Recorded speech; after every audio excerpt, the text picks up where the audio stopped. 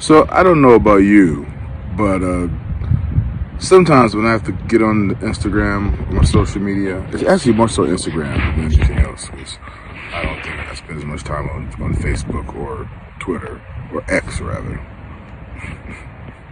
That's an old school now. I'm still calling it Twitter. So I don't know about you, but a lot of times I get this feeling of almost overwhelm and dread when I come to my social media, or at least my Instagram, because I know there's, a shitload of messages in my DMs that I have not gotten back to yet. And I think about, when I look on the feed, and there's just so much, there's so much negativity in the world. There's so much, and again, look, it's current events, right? It's news. A lot of us keep up with the news through our social media, seeing other people post important, monumental happenings. But I just find that with social media, I kind of get this feeling a lot, because there's so much of it is just drenched in negativity. And I saw Leslie Odom Jr. speak a couple weeks ago, and he said something really interesting, that the social media algorithms are not yet designed to make us feel good. I love that he said yet. But the algorithms are designed for us to see something and get all up in our feelings and want to text back or want to post and respond. And social media is a huge time suck. And mind you, as they're sucking your time and taking up your energy and attention, notice they're also selling you shit too. Whether you're browsing the internet, on your computer, or scrolling through your timeline, there's always an ad somewhere. And the algorithms are such that a lot of the times those ads are interesting to you. Well, of course they are, because they're designed to come your way. But anyway, this made me think about how social media, though there's so much cool stuff with it and good use of it, it's still, permeated with this feeling of low vibration. I don't compare myself to others, but I think like some of you get on social media and then start to not feel good about yourself, because you start to feel like you're inadequate or not doing enough or whatever. But anyway, so for me, taking some time away from social media is a necessity and a form of self-care. And as we talk about self-care and self-love, that's one of the ways that I have to be mindful about caring for myself. Eating right, cutting back on drinking, getting proper sleep, taking care of myself. Those are just a few examples, maybe not the best examples. Well, they're very important examples, but that's not the exhaustive list. But just even those things, for me, fall under the umbrella of self-care. And if I know being on social media makes me feel a certain way, then I know I need to spend greater amounts of time off of social media, so I'm not just scrolling and posting and reposting content. So I'll just put that out there because I'm curious as to what forms of self-care do you take for yourself. Leave a comment.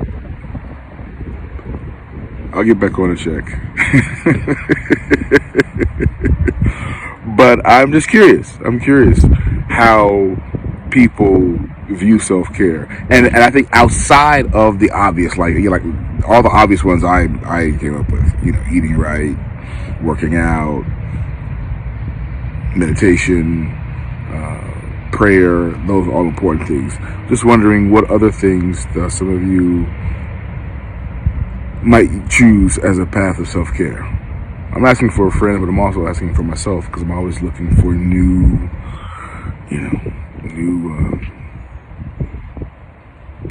things to try out. I guess, especially when it comes to self-love. All right, I love you. I'm out. I welcome you guys back on here. If you're new, consider subscribing, liking, and also share this video.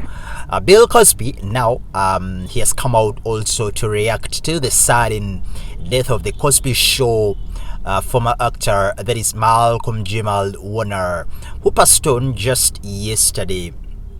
And and it's taking him back to a dark time in his life, as his son actually also passed away in almost the same kind of manner.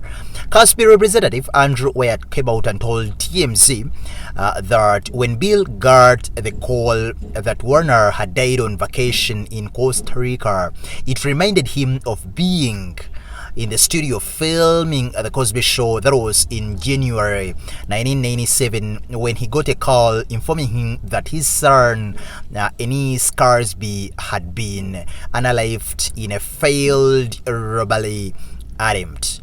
The representative said that the news of Malcolm Jamal's death hit him in the exact same way as his son is passing, and of course the two used to play together when they were younger and were amazing together.